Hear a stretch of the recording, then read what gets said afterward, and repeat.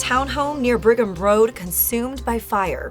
3 southern Utah cities take top spots to start a business. And your daily weather forecast with highs, lows, and everything you need to know for the days ahead. You're watching St. George News at 5, brought to you by our studio sponsor, We Win Injury Law. Good afternoon, I'm Monica McLaughlin.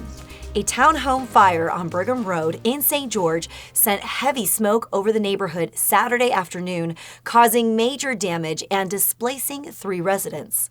For more, here's Eric George Gould with a look at the fire and the firefighting efforts. The St. George Fire Department responded to a structure fire at 1050 East Brigham Road Saturday afternoon. A passerby noticed smoke coming from behind the house and called 911 around 1:30 p.m., according to St. George Fire Department Chief Robert Stoker. He said that when crews arrived, the fire had ascended up the back wall and into the attic of the 2-story structure. Heavy gray and black smoke billowed out of a hole in the roof of the townhome, especially when a fire engine's high-pressure water cannon poured water onto the blaze.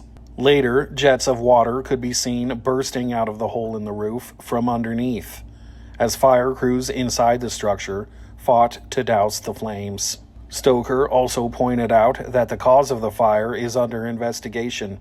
Original reports that the fire started with an outdoor barbecue grill were not confirmed. Here's Chief Stoker. That's what was reported to dispatch, but like I say, right now we haven't confirmed that at all. So we'll look at all aspects, see what they have on that back patio. There is a lot of patio furniture and other things on that patio, so we'll start going through that as part of our investigation, see if we can find the area of origin. Thanks, Eric. St. George, Cedar City, and Washington City ranked among the top 5 best small cities in America to start a business, according to Wallet Hub's 2025 report. For more, here's Maury Kessler with a closer look at what's driving Southern Utah's business boom. 3 of the top 5 U.S. cities to start a small business in 2025 are in Southern Utah, with St. George ranked first, followed by Cedar City in third and Washington City in fourth, according to Wallet Hub. These cities stood out among over 1,300 small cities evaluated for their supportive business environments, affordable costs, and growth metrics. St. George Mayor Michelle Randall praised the community's collaborative spirit, while Cedar City officials highlighted their strong network of business resources. Fort Myers, Florida, and Bozeman, Montana rounded out the top 5 in second and fifth place, respectively. Wallet Hub cited St. George's nearly 46% growth in small businesses since 2016.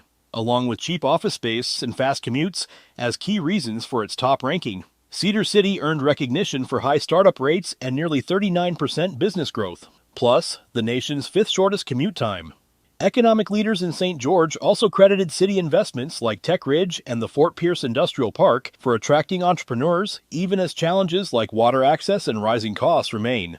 Washington City, a former top-ranked city, still celebrates being in the top 5, reflecting a regional trend of pro-business development. Thanks, Maury. Let's take a look at your daily weather forecast, brought to you by Casablanca Resort and Casino. Right now in St. George, it's 71 degrees with a low tonight dropping to 48. Tomorrow, look for a warm and sunny day with a high of 79 and a low of 54. In Mesquite, it's currently 75 degrees, cooling off to around 55 overnight. Tomorrow will be even warmer with a high near 84 degrees and a low of 59. Cedar City is a bit cooler this evening at 53 degrees with some showers, and temperatures will fall to 31 overnight. Tomorrow will bring sunshine with a high of 64 and a low of 41. 2 teams battled through a wild Region 9 season to share the baseball title, and now the stage is set for the state tournament. We'll head over to Aaron Crane for your local sports update.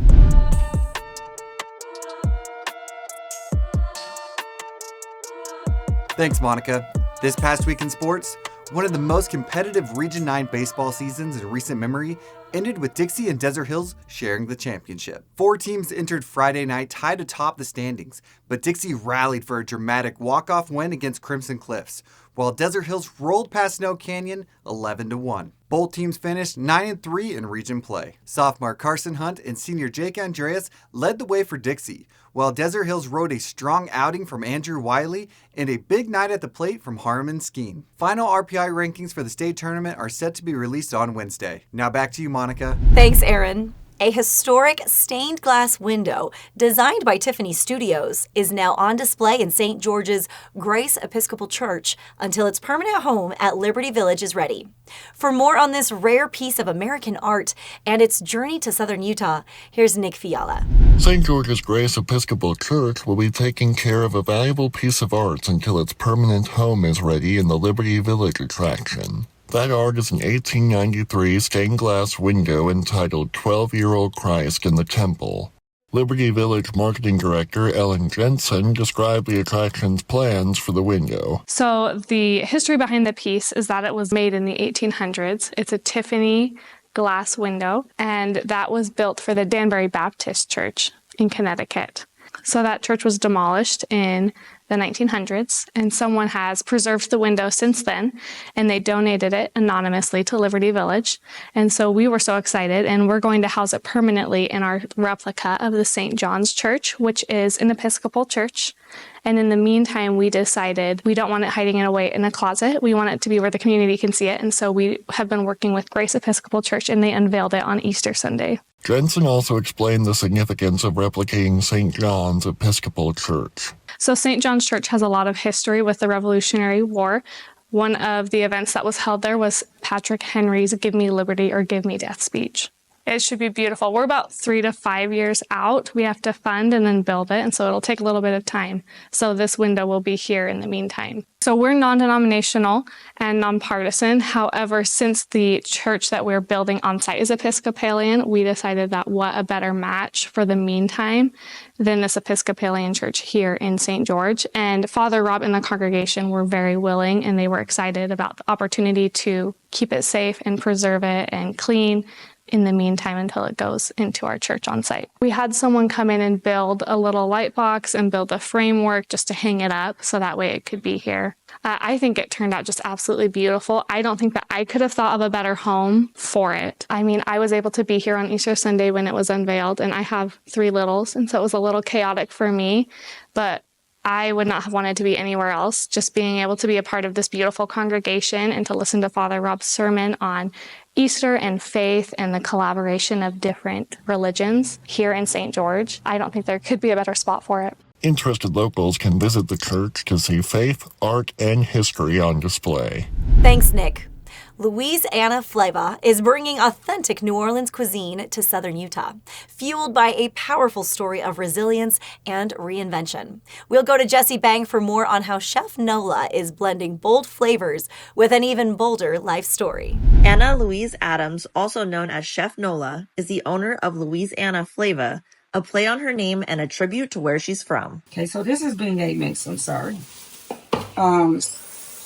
The goal is to make sure that it doesn't be like pancake mix or nothing. She's serving up authentic New Orleans cuisine and southern favorites, which include gumbo, jambalaya, mac and cheese, fried catfish, collard greens, and more. Beignets are one of her specialties, and she explains exactly what that is. It's a French donut.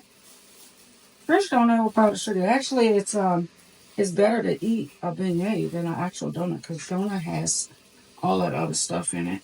Along with selling her food at local markets, catering, delivery, personal chef options, and meal prep, she also sells her own proprietary sauces, spices, and lemonade varieties. We have such a large fan base that our lines are super long. And so I started I have a VIP. Go on my website. There's a Slamming Fan Club. It's a VIP club. And people can actually join it.